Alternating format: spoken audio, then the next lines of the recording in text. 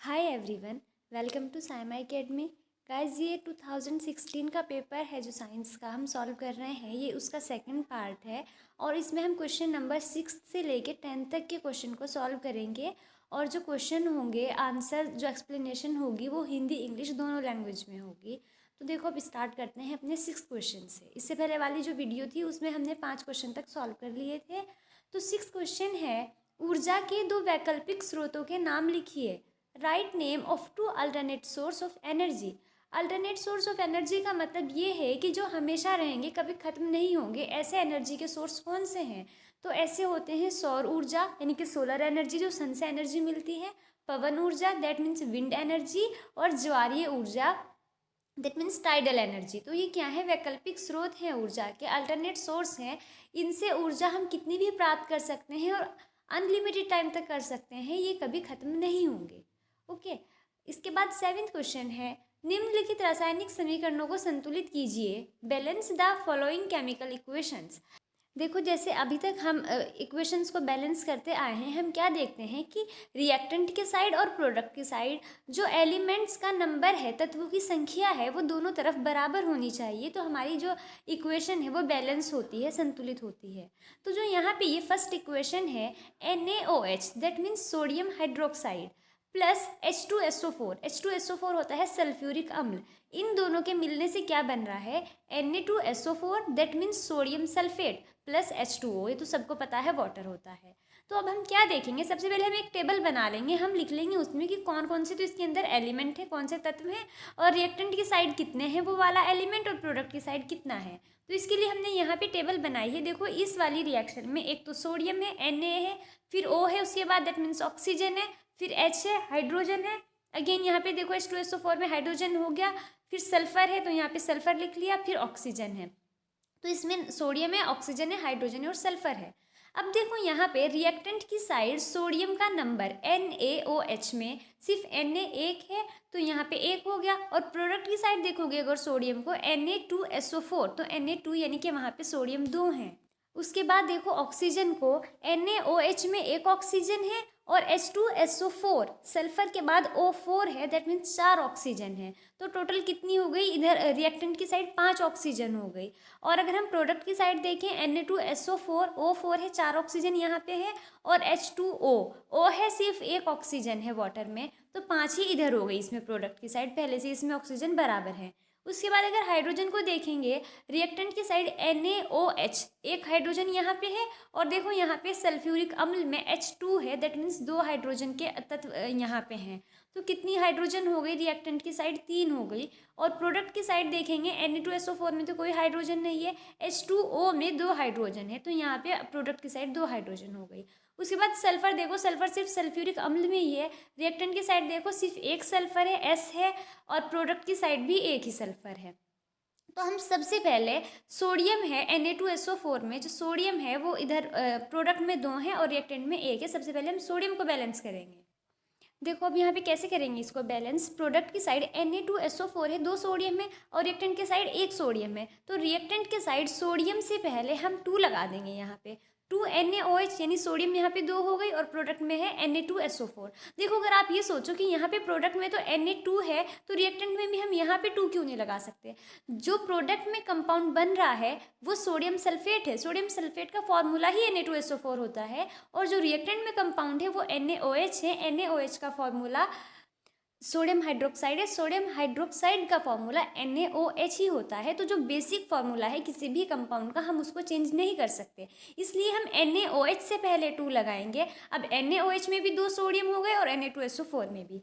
अब जैसे ही हमने यहाँ पे 2 सोडियम किए हैं, तो देखो यहाँ हमने फॉर्मूले से पहले 2 लगाया, इसका मतलब इसमें सोडियम भी 2 हो गए, ऑक्सीजन भी यहाँ पे 2 हो गई, हाइड्रोजन भी 2 हो गई।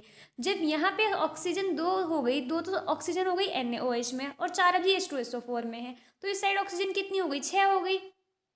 और प्रोडक्ट की साइड कितनी है? ऑक्सीजन 5 है, तो हमें प्रोडक्ट की साइड भी ऑक्सीजन इतनी करनी होगी। और ऐसे ही यहाँ पे हाइड्रोजन है, जो रिएक्टेंट की साइड 2 हाइड्रोजन NaOH में हो गए और 2 H2SO4 में है, तो 4 हाइड्रोजन हो गए। तो प्रोडक्ट की साइड भी हाइड्रोजन 4 करने होंगे। अगर हम प्रोडक्ट की साइड H2O से पहले 2 लगा दें, तो देखो यहाँ पे 2 लगाते ही हाइड्रोजन प्रोडक्ट की साइड भी 4 हो गई, 2H2O है, एक H2O में 2 ऑक्सीजन है, तो 2H2O में 4 ऑक्सीजन हो गई, और जो हमारा रिएक्टेंट है उसकी साइड भी 4 हाइड्रोजन हो गई। और यहाँ पे 2 लगाते ही H2O से पहले 2 ऑक्सीजन H2O में हो गई, और 4 हो गई यहाँ पे Na2SO4 में, 6 ऑक्सीजन हो गई, और 6 ही अब रिएक्टेंट में हो गई। तो इस तरीके से ये वाली रिएक्शन हमारी बैलेंस हो गई।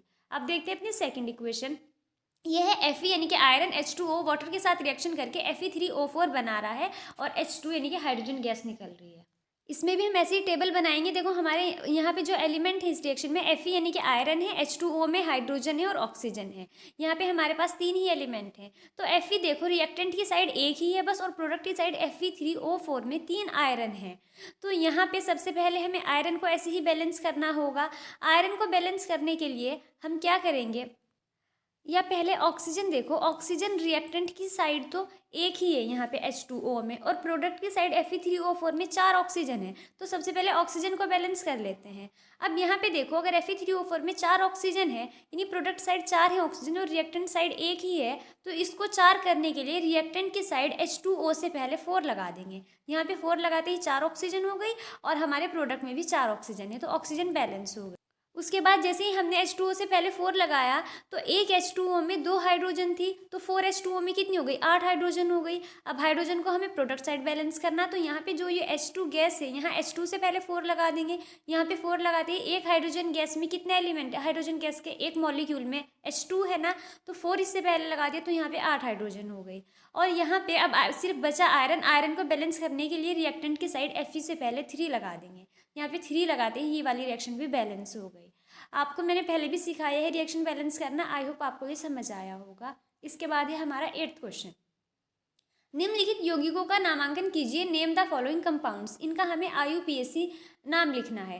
देखो सबसे पहले मैं आपको बताऊं, जो 2022 के बच्चे हैं उनके पास एग्जाम में ये नोमेनक्लेचर ऑफ कार्बन, जो कार्बन है इनका नहीं आएगा, ये वाला पार्ट नहीं है तुम्हारे पास, तो तुम लोगों को ये नहीं करना। तो अभी फिर भी इसको जो बच्चे नेक्स्ट ईयर देखेंगे या बाद में देखेंगे उनके लिए हेल्पफुल होगा। तो देखो यहाँ पे 2 हमारे पास कंपाउंड दे रखे हैं, ऑर्गेनिक कंपाउंड, हमें इनका नाम लिखना है। मैंने आपको प्रीवियस वीडियोज़ में भी बताया है और यहाँ पे फिर से बता रही हूँ कि जब हम नोमेनक्लेचर करते हैं किसी भी कंपाउंड का, तो हमें सबसे पहले देखना है कि उसमें कार्बन कितने हैं। देखो जो ये फर्स्ट वाला कंपाउंड है इसके अंदर 3 कार्बन है, तो अगर हमारे पास कार्बन 1 होता है, एक कार्बन के लिए हम मेथ यूज़ करते हैं, और कार्बन 2 हैं उनके लिए एथ यूज़ करते हैं, 3 के लिए प्रोप यूज़ करते हैं। इसी तरीके से हर एक कार्बन 6 हैं अगर, तो हेक्स यूज़ करते हैं। उसके बाद हमें ये देखना है कि जो कार्बन कार्बन है उनके बीच में बॉन्ड कैसे हैं, बंद कैसे हैं, सिंगल है, डबल है, ट्रिपल है। अगर सारे बॉन्ड सिंगल हैं यानी एकल बंध हैं कार्बन कार्बन के बीच में, तो उसमें हम एन यूज़ करते हैं, उनको एल्केन बोलते हैं। मतलब अगर कहीं पे एक कार्बन है, एक कार्बन के लिए मेथ यूज़ करेंगे और सिंगल सिंगल बॉन्ड है तो एन आ जाएगा, तो वो मेथेन हो जाता है। इसी तरीके से अगर डबल बॉन्ड है कार्बन कार्बन के बीच में यानी द्विबंध है तो एल्कीन आता है, और ट्रिपल बॉन्ड है यानी कि त्रिबंध है तो एल्काइन आता है। तो जो हमारा फर्स्ट वाला कंपाउंड है इसमें कितने कार्बन है, 3 कार्बन के लिए हम प्रोप यूज़ करेंगे। और देखो सारे के सारे क्या है, सिंगल बॉन्ड है, एकल बंध है, तो एकल के लिए हम एन यूज़ करते हैं, तो प्रोपेन हो जाएगा। प्रोपेन के बाद इसमें जो फंक्शनल ग्रुप है, क्रियात्मक समूह है, वो देखो क्या है, OH है। तो OH क्या होता है, ये अल्कोहल का होता है, और अल्कोहल के लिए हम जो यूज़ करते हैं इसमें सफिक्स यानी कि बाद में जो लगता है अल्कोहल के लिए ऑल लगाते हैं। तो 3 कार्बन के लिए प्रोप, एल्केन है तो एन, मतलब सिंगल सिंगल बॉन्ड है तो प्रोपेन, और अल्कोहल के लिए ऑल, तो इसका नाम हो जाएगा प्रोपेनॉल। उसके बाद जो सेकंड वाला कंपाउंड है इसके अंदर देखो, इसके अंदर कितने कार्बन है, 2 कार्बन के लिए हम एथ यूज़ करते हैं। और कार्बन कार्बन के बीच में बॉन्ड देखो, यहाँ पे कार्बन और ऑक्सीजन के बीच में डबल बॉन्ड है। आपको मैं कह रही हूँ कार्बन कार्बन के बीच में जो बॉन्ड देखो तो वो क्या है, सिंगल बॉन्ड है।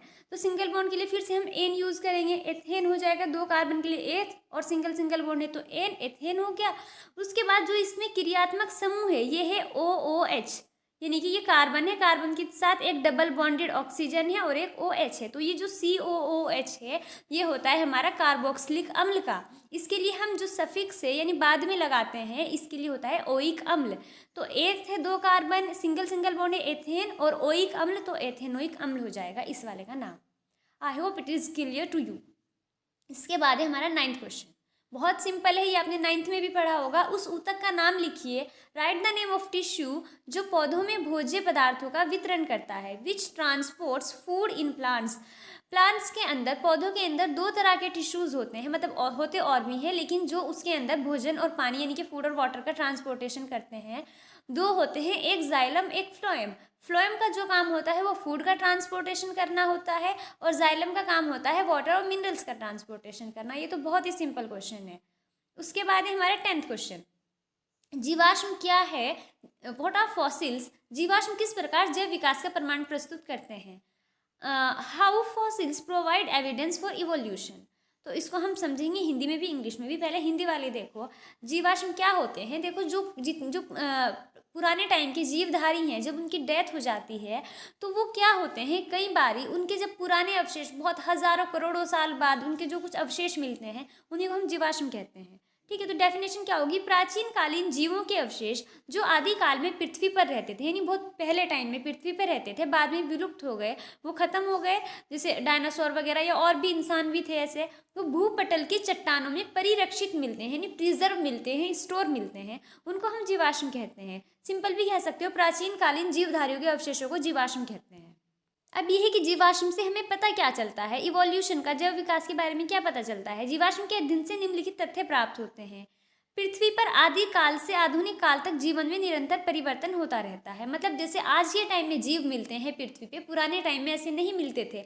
जो जीवाश्म मिले हैं उनकी स्टडी करते हैं तो पता चलता है कि उस टाइम के जो जीव होते थे उनकी शारीरिक संरचना भी अलग होती थी, उनकी सब कुछ उनका बिल्कुल डिफरेंट होता था।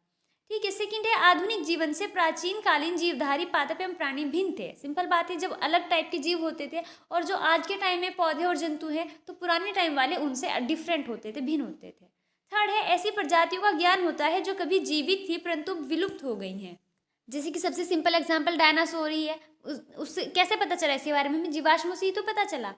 फोर्थ है, ऐसी अनेक जीवधारियों के जीवाणु प्राप्त हुए हैं जिनमें दो वर्गों या संघों के लक्षण पाए जाते हैं। मतलब ये है कि जैसे इस तरह की कुछ जो जीव मिले हैं कि वो कुछ तो सरीसृप यानी कि जो छिपकली वगैरह होती हैं, और कुछ पक्षी उनके बीच के हैं, जिससे हमें पता चल, जैसे कि आर्कियोप्टेरिक्स है, उससे पता चलता है कि पक्षियों की उत्पत्ति सरीसृप से हुई है। उसमें कुछ लक्षण पक्षियों वाले थे, कुछ सरीसृपों वाले यानी कि रेप्टाइल्स वाले थे। ठीक है, ये तो था हिंदी का। अब इसके बाद है ये वाला इंग्लिश मीडियम वालों के लिए।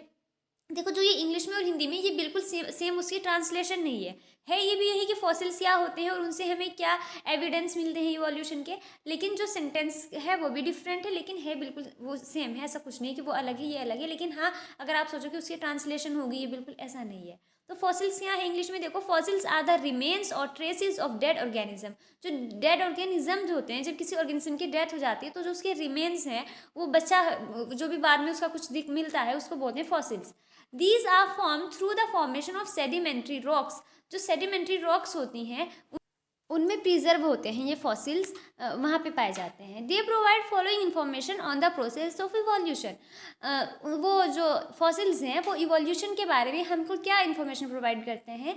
दे tell about the changes that occurred on the earth surface and corresponding organisms. उनसे हमें पता चलता है कि जो अर्थ का सरफेस है उस पर वहाँ पे कौन से चेंजेस आए, और उस टाइम में जो ऑर्गेनिज्म थे और आज के ऑर्गेनिज्म हैं तब से अब तक क्या चेंजेस आए। सेकेंड पॉइंट है, they tell about the gradual development of complex structured organisms from simple structured organisms. कि उनसे हमें ये पता चलता है कि जो आज के टाइम के कॉम्प्लेक्स स्ट्रक्चर वाले ऑर्गेनिजम्स हैं, मतलब अब के टाइम के जो मैमल्स हैं, जो अगर आपके पास 10th में ये चैप्टर ही हट गया, जो ये था डेवलपमेंट वाला कि किस तरीके से रेप्टाइल्स से फिर वो बने हैं, एव्स बने, एव्स से मैमल्स बने हैं, तो इस तरीके से किस तरीके से ऑर्गेनिजम्स का डेवलपमेंट हुआ है। पहले सिंपल स्ट्रक्चर्ड वाले ऑर्गेनिज्म से जो आज के टाइम के कॉम्प्लेक्स स्ट्रक्चर वाले ऑर्गेनिज्म है, उनका डेवलपमेंट कैसे हुआ है वो भी फॉसिल से पता चलता है जब उनकी स्टडी की जाती है। It is known through them that birds are evolve from reptiles. जो वो है फॉसिल्स है उनसे हमें पता चलता है कि जो बर्ड्स हैं उनकी जो इनका इवोल्यूशन हुआ है, उनका डेवलपमेंट हुआ है, वो रेप्टाइल्स से हुआ है।